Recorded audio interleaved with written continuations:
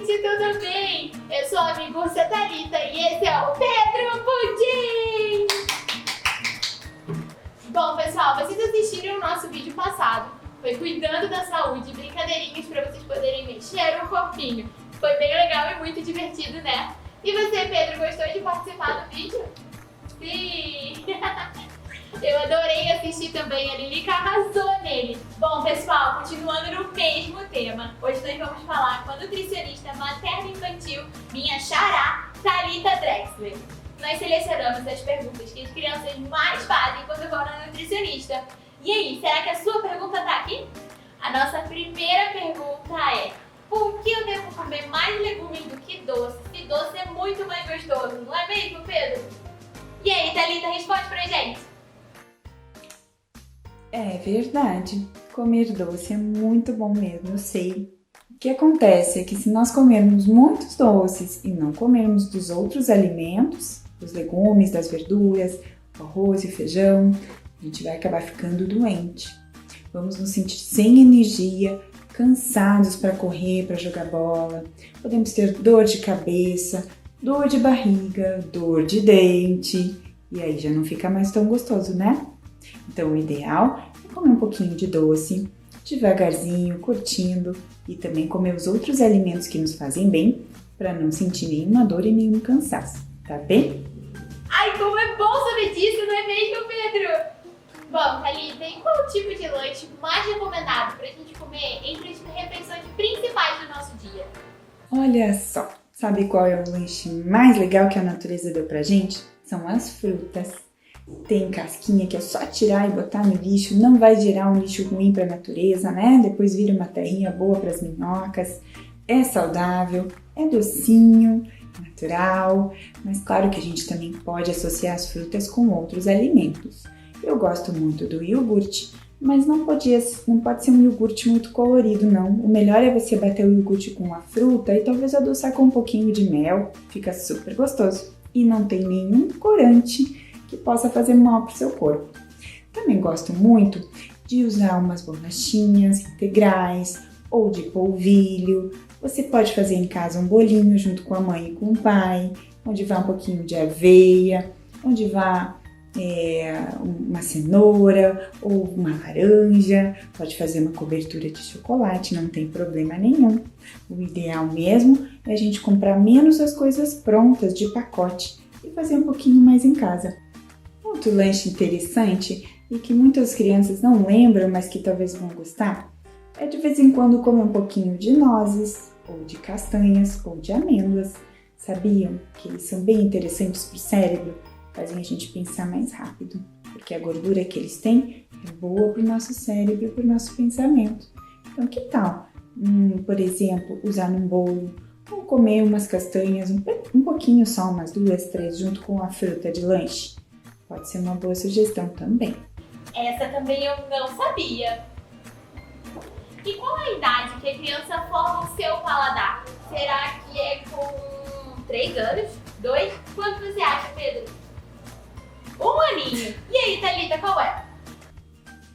Olha, vocês já estão formando o seu paladar desde bem pequenininhos, na verdade desde a barriga da mamãe, sabiam? Quando a mamãe comia alguma coisa, vocês conseguiam sentir o gosto lá no líquido amniótico que tem dentro da barriguinha. Vocês engoliam o líquido e já sentiam um pouquinho de gosto. Não o gosto do alimento, mas o líquido mudava de sabor. E assim vocês já vão formando o paladar. Olha só que interessante. Vocês já estão formando o paladar de vocês desde que estão na barriga da mamãe. Porque vocês sentiam um pouquinho do gosto das coisas que a mamãe comia quando engoliam líquido amniótico que tem junto com o bebê na barriga. Engole o líquido, sente um gostinho. E dependendo do que a mamãe comia, esse gostinho já ia mudando. Então, se a mamãe comia muito limão quando estava grávida, talvez vocês gostem de limão por causa disso. Se a mamãe comia muito doce, talvez vocês gostem um pouquinho mais de doce também. Mas, durante os primeiros 2 anos de vida, a gente já sabe que também é um período bem importante para formar o paladar. E nos primeiros 5 a 7 anos, a gente forma todas as memórias com relação à comida. Então, quando vocês forem adultos, vocês vão lembrar das comidinhas de quando vocês eram criança e que faziam vocês se sentirem bem. E isso sempre vai influenciar o que vocês gostam de comer até quando são grandes. Por isso é tão importante que a gente coma saudável quando criança. Não coma só coisas doces, ou só coisas de pacote, ou só frituras, porque senão a gente também vai gostar disso a vida toda e vai ser um pouco mais difícil de mudar. É importante ter equilíbrio, tá bem? Essa dica é muito importante para os pais. E quando a gente come uma sementinha da melancia, será que nasce um pé de melancia dentro da gente? Se você engolir uma sementinha, não se preocupe, tá bem? Não vai acontecer nada na sua barriga. Vai sair com um cocôzinho depois e não vai nascer nenhuma árvore. Pode deixar. Ufa, não vai crescer plantinha dentro da gente. E como voltar a comer o que eu já comi antes, mas parei porque eu acabei enjoando disso? Todo mundo pode enjoar de comer alguma coisa, tudo bem. A gente pode dar um tempo, parar de comer um pouquinho, ou então, de repente, é hora de pensar em outro formato de comer esse alimento. Por exemplo, se você sempre comia a fruta ou o legume purinhos e enjoou, quem sabe é hora de comer com um molhinho diferente, se for um legume, de comer raladinho. Se você nunca comeu ralado, experimenta ralado. Se você nunca comeu na forma de purê, experimenta na forma de purê. Ou então, tem muitos legumes que a gente consegue fazer na forma de chips, bem fininho e assado no forno, fica crocante. Se você gosta de coisas crocantes, pode ser uma ótima ideia. E as frutas, por exemplo, a gente pode experimentar de outras formas. A gente pode bater na forma de um suco, congelar na forminha de picolé, misturar numa receita de bolo e quem sabe você acaba gostando de novo. O importante é dar um tempo e depois experimentar de um outro jeito, tá bem? Todo mundo pode enjoar, mas o enjoo também passa, né? A gente pode esperar um pouquinho e tentar de novo, tá bom? E como que a gente pode saber se a criança está com sobrepeso ou obesa? Para saber se está com sobrepeso ou obesa, precisa fazer um cálculo. Aí a gente usa o peso e a altura. E esse cálculo normalmente o médico faz nas consultas, ou a nutricionista, ou até na escola. Se tem uma nutricionista que acompanha, fazem esse cálculo e podem informar os pais. E é isso.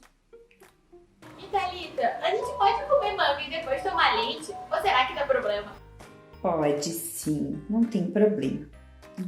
Isso é uma história que inventaram há um tempo atrás, mas não tem nenhuma comprovação, não tem nenhuma verdade nessa história. Pode comer manga, pode comer melancia e tomar leite depois, tá bom? Bem que a minha avó sempre falava isso, Pedro. E Thalita, quais são os alimentos que a gente pensa que é saudável, mas na verdade não são? Eles acabam enganando a gente, né, Pedro? Olha, normalmente os alimentos que têm personagens desenhados, personagens infantis, aqueles desenhos que as crianças gostam de olhar, normalmente esses são os alimentos que não fazem bem, que a gente acha que são boas opções às vezes, mas que não fazem muito bem. Costumam ser alimentos mais açucarados, mais processados, né? Mais industrializados, e que mesmo que aleguem ter nutrientes, vitaminas adicionadas, não fazem muito bem, não, porque não são vitaminas que são bem absorvidas. Então, evitem excesso de bolachinhas e suquinhos, iogurtes que tenham esses personagens infantis.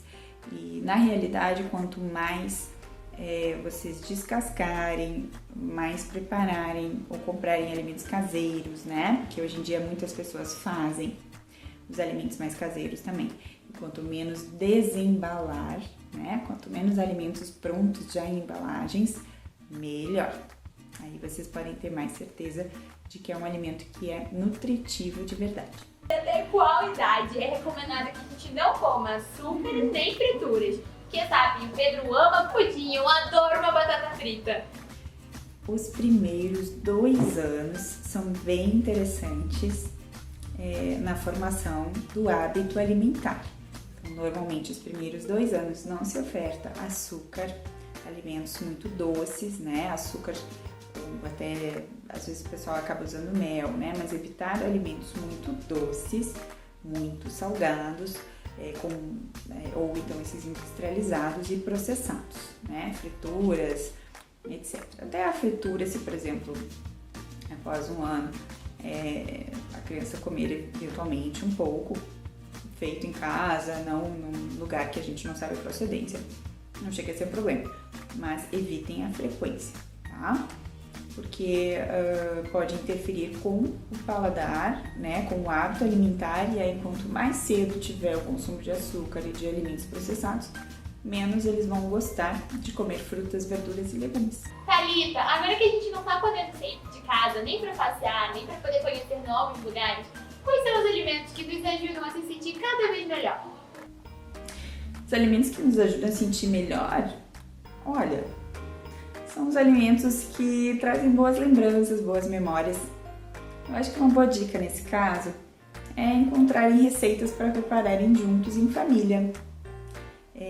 Então deixar que as crianças escolham alguma receita que queiram preparar junto com os pais, ou então os pais dão opções de refeições, né?